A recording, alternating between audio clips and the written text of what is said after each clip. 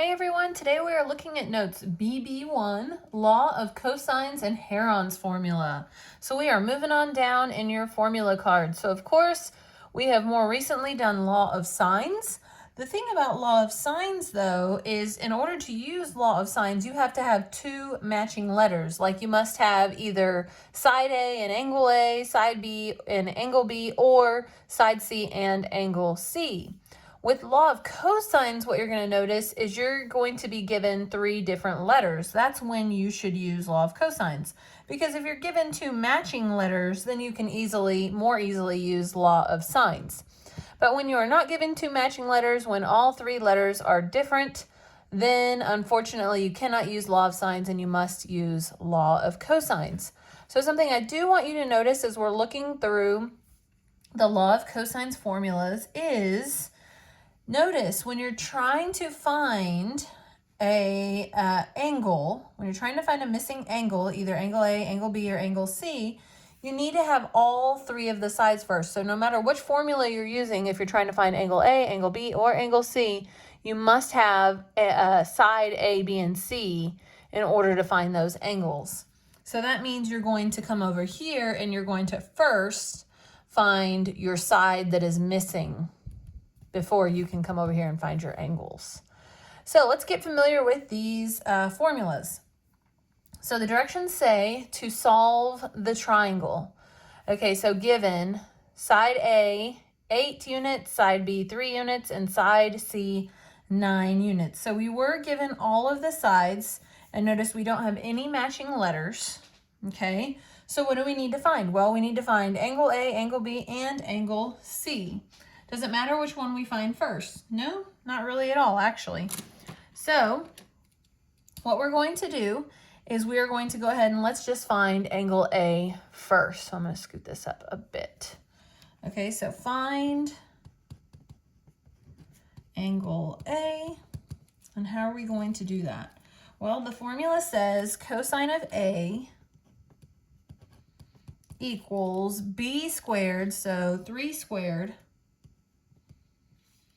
plus C squared, so 9 squared, minus A squared. So notice for all the formulas, if we're finding angle A, that's the side we're going to subtract. So we're gonna add the other two sides, and like when we're finding angle B, we're subtracting side B. When we're finding angle C, we're subtracting side C. So isn't that interesting? And then here, notice on the bottom, we have 2AB, so what's missing? Well, what's missing is C. Here on the bottom, when we're finding angle B, what's missing on the bottom is B. And then same here, when we're finding angle A, what's missing on the bottom, it's side A. So you'll notice some very, very big similarities between the formulas. That'll probably help you memorize them, even though you can use the chart. I'm just saying you'll probably get used to working with it. So on the bottom, we have 2B times C. So 3 times 9. Okay, so let's find out what this value is first. So we've got, I'm going to use the alpha y equals key. Why not? Okay, so 3 squared, I could have just done 9.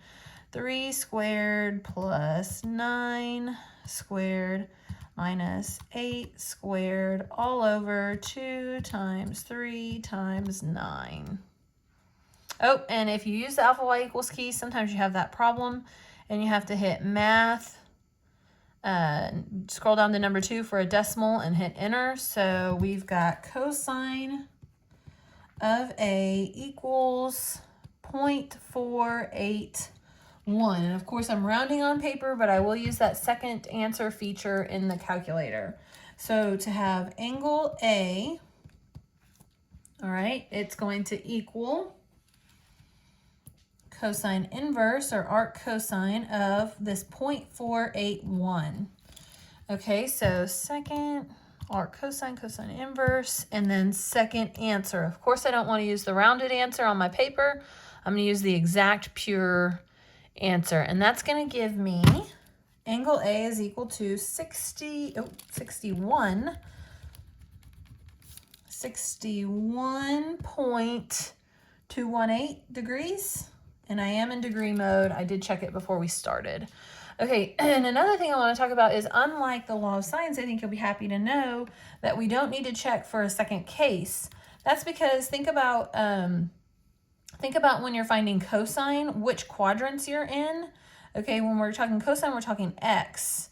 So the two places on the unit circle, I'm just going to draw it real light and then probably erase it.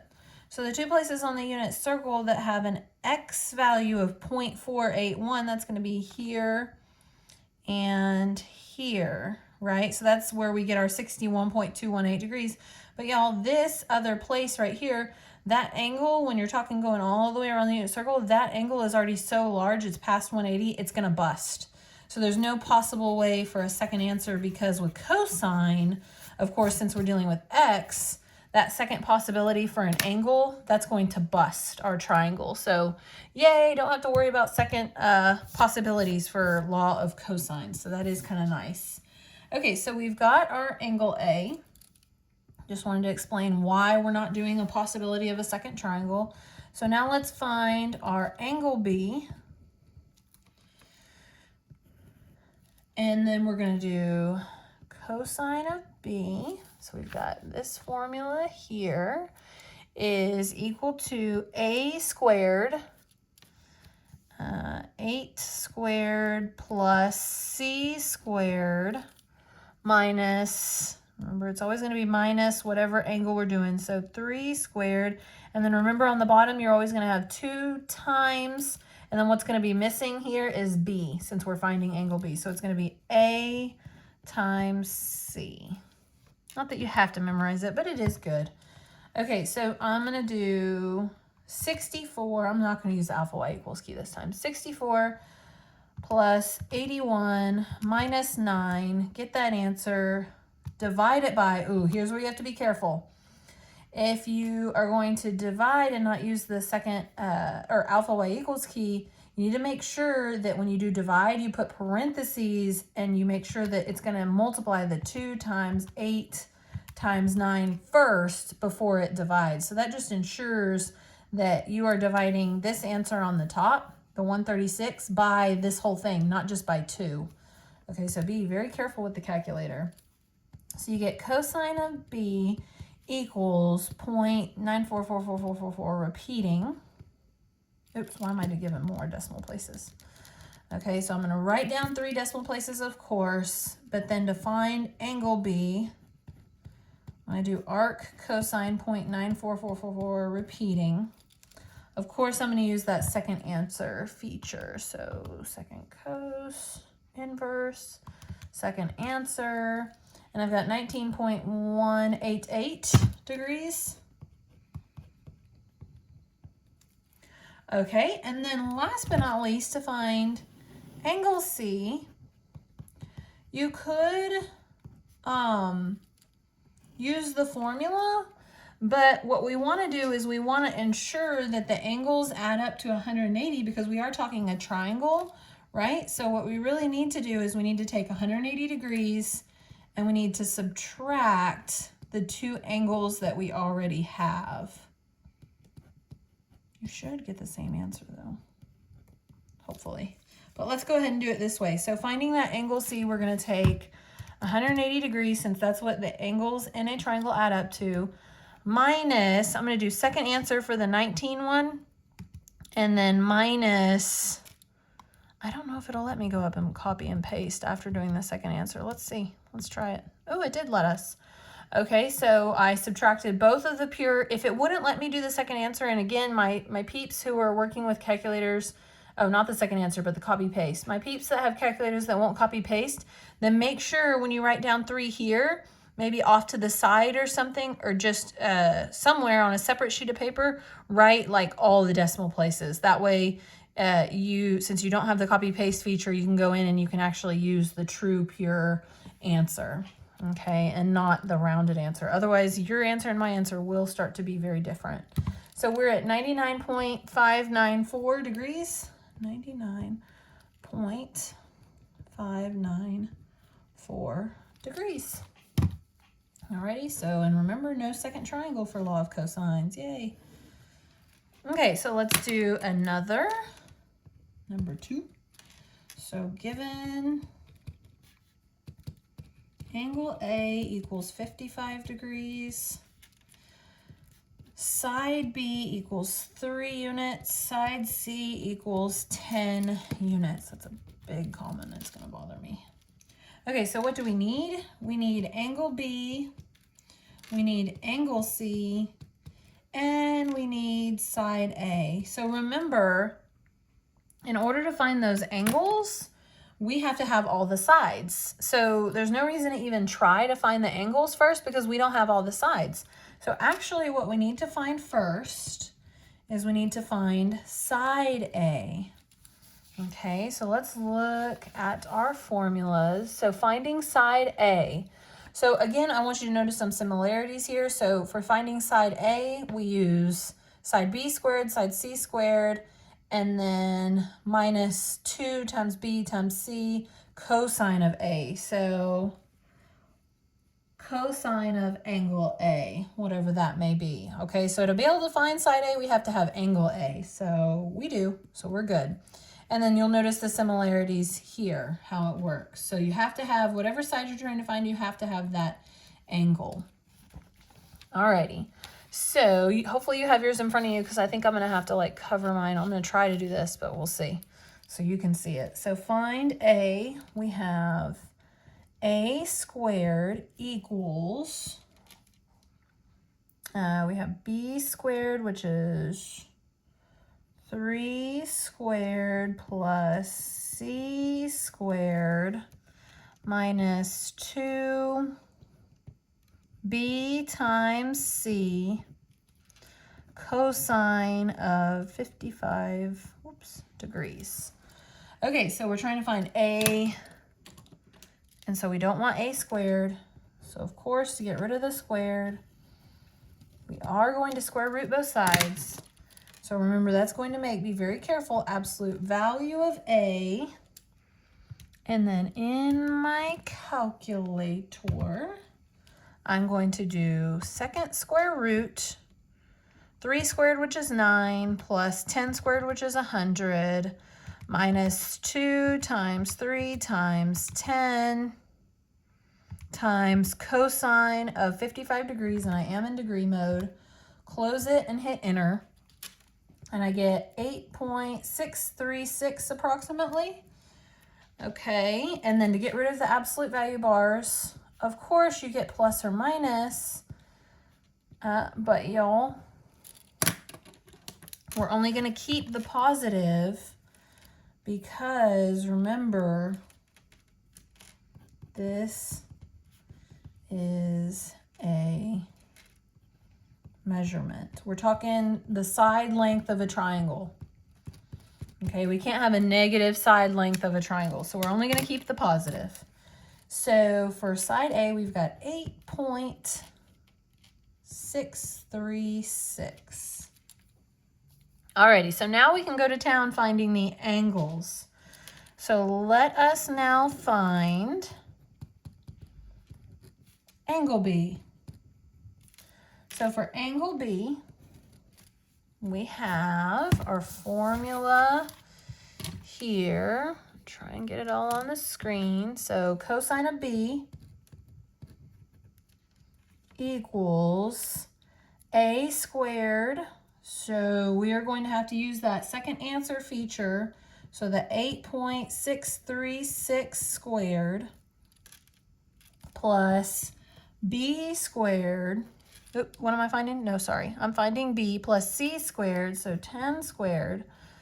And then minus, remember we're always minus whatever we are here, so minus 3 squared over 2 times, not B, it was A, so that's going to be our 8.636 times C, which is 10. Okay, got a little lopsided there. Okay, so let's definitely make sure, so cosine of B equals, let's definitely make sure that we're using our second answer feature. So probably also want to use your alpha y equals if you have it. Otherwise this can get tricky. So second answer, and I put it in parentheses and I'm squaring it. I don't know if it would have let you do it without parentheses. Oh my goodness, why is it getting mad? Okay, well, let's try this again. Alpha y equals, and then you know what, let's do it without parentheses. Answer squared, oh, there we go. Answer squared plus 10 squared, calculator can definitely be finicky, minus 3 squared, and then over 2 times answer times 10. Remember, we don't want to use the rounded, we want to use that second answer feature. So then we get 0.959. 0.959. Okay, and then to find angle B, we're going to do cosine inverse of that 0.959. But again, of course, we're going to use the second answer feature. So we get 16.532. 16.532 degrees. Alrighty, and then remember, finding angle C is easier because we use the knowledge that triangles, angles add up to 180 degrees. So we do 180 minus the 55 degrees given, minus that 16.532. And again, I know you're sick of me saying it, but of course, using that second answer feature. So 108.468. There we go. All right, now let's get on to the hard stuff. No, really. Okay, so this comes from a problem in the book, a problem that you're going to be working as well. There are many problems that use the same parallelogram. So I did my best at drawing this parallelogram here, and I want to talk to you about what a few of these parts are labeled. So this whole angle here, I will know if you're listening to this video, if you ask me this question, there's going to be a lot of things that people are going to ask, and I'm going to be like, and your friends and your neighbors are going to be like, did you watch and listen? Because this whole angle, not just this piece here, you see I drew these little blue and red triangles within the parallelogram. Okay, and remember that a parallelogram, these two sides are parallel and these two sides are parallel. So this whole angle here is called phi. Okay, this entire angle here. And then, of course, this angle will be phi as well. Okay, these two angles have the same measure. And then this whole angle here, not just the little bitty piece inside the blue triangle, I'm talking this whole piece inside the red triangle. That's called theta. And so then, of course, this whole thing will be theta as well. Okay, this whole side is side A, which means this whole side will be side A as well. Remember, this side and this side are the same length. Okay, and then this whole side is side B, which means this whole side will be side B as well. And then this diagonal, okay, is this whole thing is D, not just this little piece, but the whole thing is D. And then this whole piece, this whole diagonal here is C. So not just the little piece here, it's the whole thing. So I'll know if you listened, if you're asking me these questions tomorrow.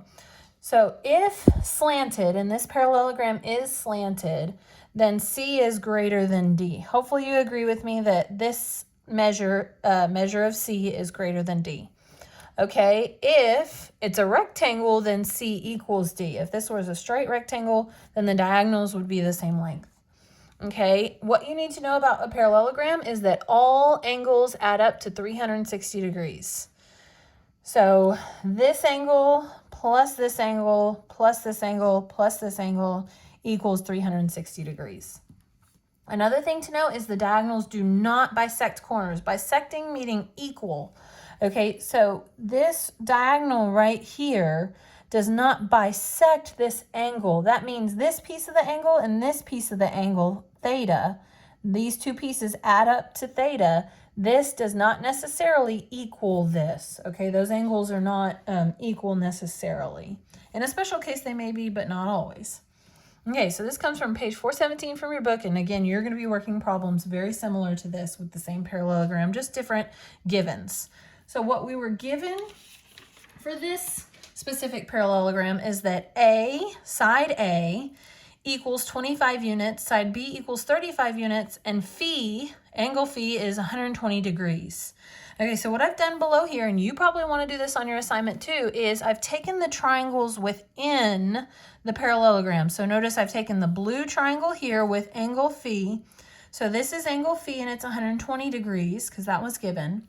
This blue triangle has side A right here, so that's 25 units.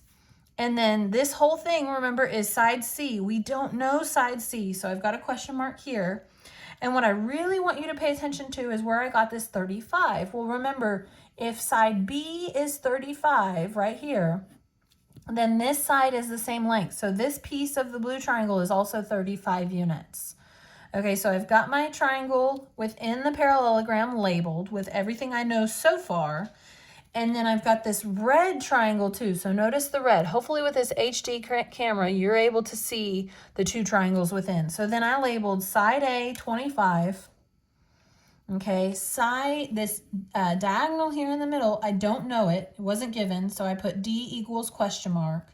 And then B we did know. This one we did know. Okay, we did know that. It was 35. And theta, we don't know. Theta wasn't given. Phi was, theta wasn't. We're about to easily find theta. How are we going to find theta easily? Well, with the knowledge that all angles add up to 360. So if that's the case, we're going to take 360. Oops, I don't really want to use red here. We're going to take 360 degrees. And we're going to subtract, remember phi is 120, but this angle within the parallelogram is 120, but remember I told you this one is the exact same. So it's actually going to be 240. So you're going to take 120 degrees and times it by 2 because you have two of those angles within the parallelogram. So that's going to equal, what's that going to equal? So 360 minus 240, this is essentially 240, is going to be 120 degrees. So that's how much is left for these two angles that are left. And remember, these two angles match. So we're going to divide that answer by 2, and that's going to give us 60 degrees. That has to be theta, because between these two angles, we have 120 degrees left, and they're exactly the same. So divide that to 2 equal parts. You get 60 degrees for this one, 60 for this one. So 60 degrees plus 60 degrees plus 120 degrees plus 120 degrees adds up to that full 360 for the parallelogram. So that was easy. So now we can come in here and label that theta is 60 degrees. So now I know more for this triangle. Okay, so let's go to town. What we're going to find first is we're going to find side C using this triangle here.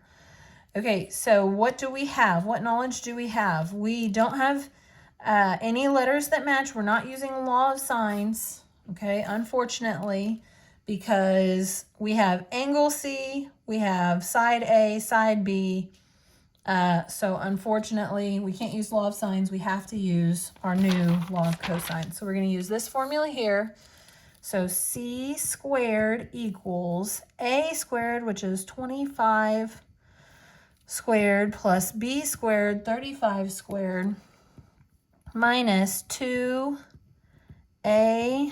times B cosine of C. So cosine of 120 degrees. Okay, so that's what we have. And then, of course, to get C by itself, square root both sides.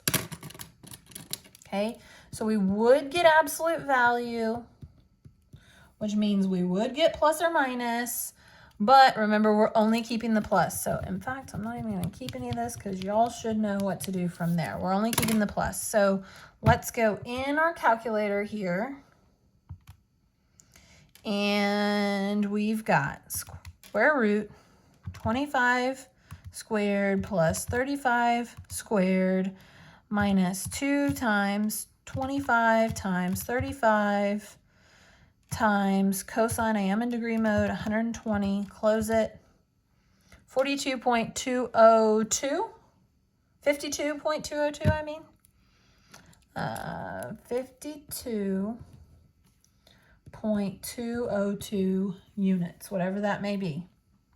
Okay, so now we find side C. So now we have to find side D. Now we don't have a formula here for D, but based on what I've been talking about throughout this video, we can figure out how it would look, right?